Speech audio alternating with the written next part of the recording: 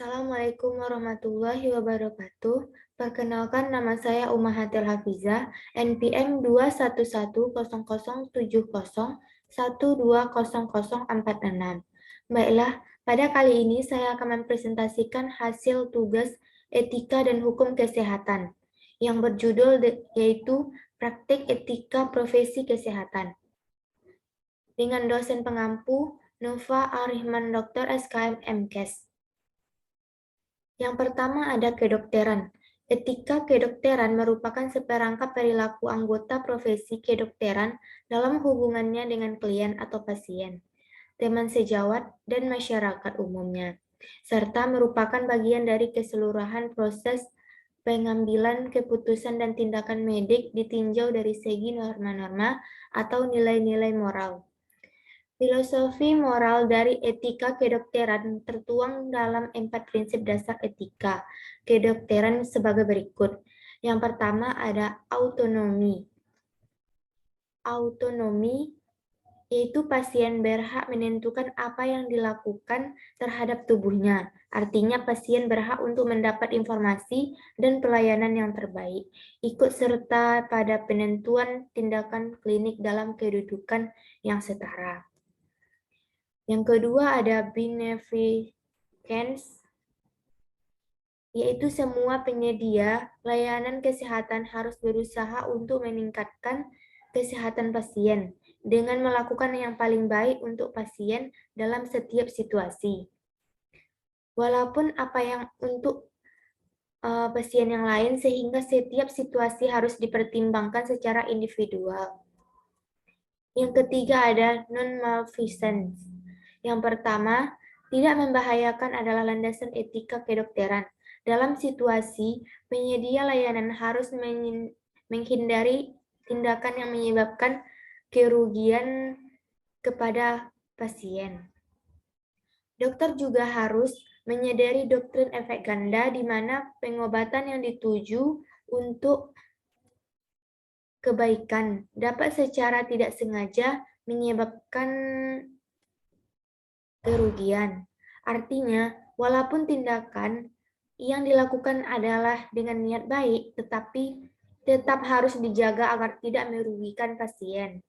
Yang keempat, ada justice, yaitu keadilan pemberian pelayanan kesehatan. Selanjutnya yaitu etika profesi kedokteran. Kesadaran dan pedoman yang mengatur prinsip moral dan etika dalam melaksanakan kegiatan profesi kedokteran, sehingga mutu dan kualitas profesi kedokteran tetap terjaga dengan cara yang terhormat. Yang kedua, ada seperangkat perilaku dokter dalam hubungannya dengan pasien, keluarga, masyarakat, teman sejawat, dan mitra. Yang ketiga, rumusan perilaku dokter disusun oleh profesi dan pemerintah Kodeki. Bentuk etik kedokteran yaitu yang pertama etika dokter terhadap sang kalik, yang kedua etika dokter terhadap pasien, yang ketiga etika dokter terhadap sejawatnya, yang keempat ada etika dokter terhadap diri sendiri. Yang keempat kedokteran gigi, yaitu dokter gigi dalam prakteknya harus memenuhi standar pendidikan formal secara pendidikan, akademis, dan pendidikan profesi yang diakui oleh undang-undang. Seorang dokter gigi adalah praktisi moral yang menjalankan keahliannya dalam menyembuhkan atau merawat pasiennya sesuai dengan moral dan etika. Beberapa kewajiban etika dalam profesi dokter gigi. Yang pertama, dokter gigi wajib menghormati hak pasien untuk menentukan pilihan perawatan dan rahasianya. Yang kedua, dokter gigi wajib melindungi pasien dari kerugian. Yang ketiga, dokter gigi wajib mengutamakan kepentingan pasien. Yang keempat, dokter gigi Indonesia memperlakukan pasien dengan rasa hormat dan berkeadilan. Selanjutnya yaitu pelayanan kesehatan kedokteran gigi secara umum terdiri dari dua, yaitu yang pertama, pelayanan kesehatan perorangan atau medical service. Pelayanan kesehatan ini banyak diselenggarakan oleh perorangan secara mandiri atau self-care dan keluarga family care atau kelompok anggota masyarakat yang bertujuan untuk menyembuhkan penyakit dan memulihkan kesehatan perseorangan dan keluarga. Upaya pelayanan perseorangan tersebut dilaksanakan pada institusi pelayanan kesehatan yang disebut rumah sakit, klinik bersalin, dan praktik mandiri. Yang kedua ada pelayanan kesehatan masyarakat, yaitu public service. Pelayanan kesehatan masyarakat diselenggarakan oleh kelompok dan masyarakat yang bertujuan untuk memelihara dan meningkatkan kesehatan yang mengacu pada tindakan promotif dan preventif. Selanjutnya yang C, keperawatan. Etika keperawatan adalah studi ilmu yang mengupas tentang karakter, motif, dan perilaku yang harus dilakukan seorang perawat. Etika disebut-sebut juga refleksi dari standar, sifat, dan prinsip seseorang agar berperilaku secara profesional. Prinsip etik keperawatan yang pertama, otonomi. Setiap individu memiliki hak asasi dan memiliki hak untuk berpendapat. Tentu saja mereka pun akhirnya memiliki prinsip, teori, dan cara berpikir yang berbeda, di mana teori yang mereka miliki akan mempengaruhi sebuah keputusan. Jadi, seorang perawat dituntut untuk bisa menerapkan hak kemandirian dan kebebasan terhadap orang lain, dan tidak menuntut atau membeda-bedakan orang lain. Yang kedua, yaitu bersikap baik. Etika keperawatan yang tidak kalah penting adalah berbuat baik. Perbuatan atau sikap baik akan meminimalisir kesalahan dan kejahatan. Yang ketiga ada justice. Penting juga seorang perawat memiliki sikap adil terhadap orang lain. Perawat tetap menjunjung prinsip moral, kemanusiaan, dan legal. Tentu saja, sikap keadilan mengacu pada standar praktek dan keyakinan yang sesuai dengan prinsip moral. Yang keempat adalah tidak merugikan. Tidak merugikan orang lain atau non-maleficence. Konteks tidak merugikan bagi perawat adalah tidak menyebabkan bahaya dan cedera fisik maupun psikologi bagi para pasiennya. Misalnya pasien ingin melakukan olahraga, padahal dia memiliki penyakit yang tidak membolehkan dia terlalu aktif bergerak.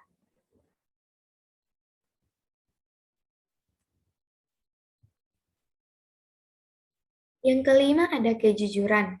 Kejujuran juga menjadi etika keperawatan, yaitu dengan memberikan informasi secara objektif, akurat, dan komprehensif terhadap pasien mereka. Tugas seorang perawat pun dituntut agar pasien bisa memahami apa yang disampaikan oleh perawat tersebut. Yang keenam ada menepati janji, yaitu wujud menepati janji yang dimaksud adalah upaya perawat untuk menghargai setiap komitmen untuk orang lain. Yang ketujuh, menjaga rahasia. Dalam dunia medis, etika keperawatan yang paling penting adalah menjaga rekam medis pasien. Adalah menjaga yang sangat menjunjung kerahasiaan, karena kerahasiaan pasien adalah privasi mereka. Jadi, hanya pihak dokter dan perawat saja yang diizinkan untuk keperluan perawatan dan kesembuhan. Yang kedelapan, akuntabilitas. Etika keperawatan juga memiliki peran dan tanggung jawab dalam setiap tindakan agar setiap profesional misalnya harus berhati-hati agar tidak salah memberikan dosis obat kepada pasien. Selanjutnya yaitu tujuan kode etik keperawatan. Yang pertama, membantu pasien atau individu atau masyarakat tetap mandiri. Tidak semua pasien memiliki kesadaran untuk mandiri. Banyak pasien yang mengalami sakit, merasa putus asa, dan tidak semangat. Yang kedua, membantu klien menangani penyakitnya. Tujuan dari etika keperawatan adalah perawat sangat membantu pasien dalam mengedukasi penyakit pasien.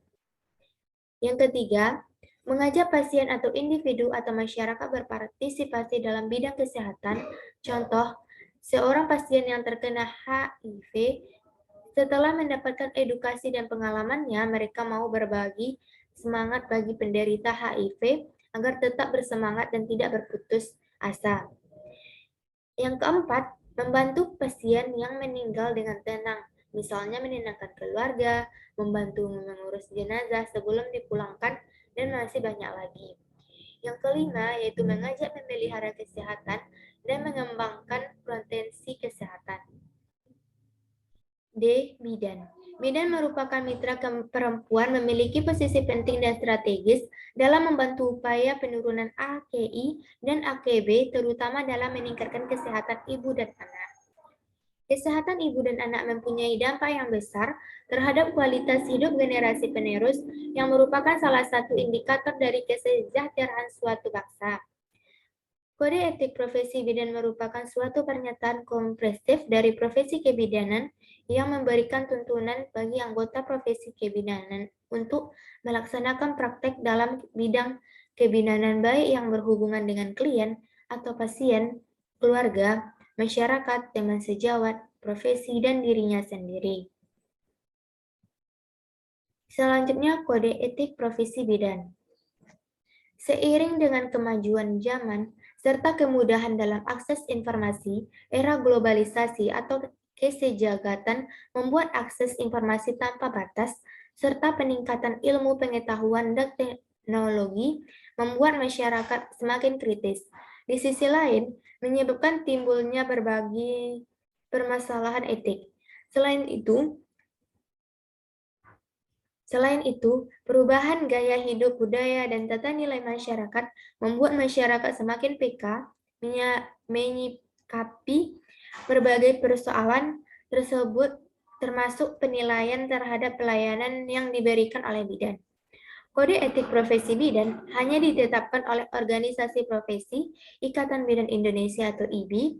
Penetapan harus dalam Kongres IBI. Kode etik profesi bidan akan mempunyai pengaruh dalam meningkatkan disiplin di kalangan profesi bidan. Selanjutnya, kesehatan masyarakat.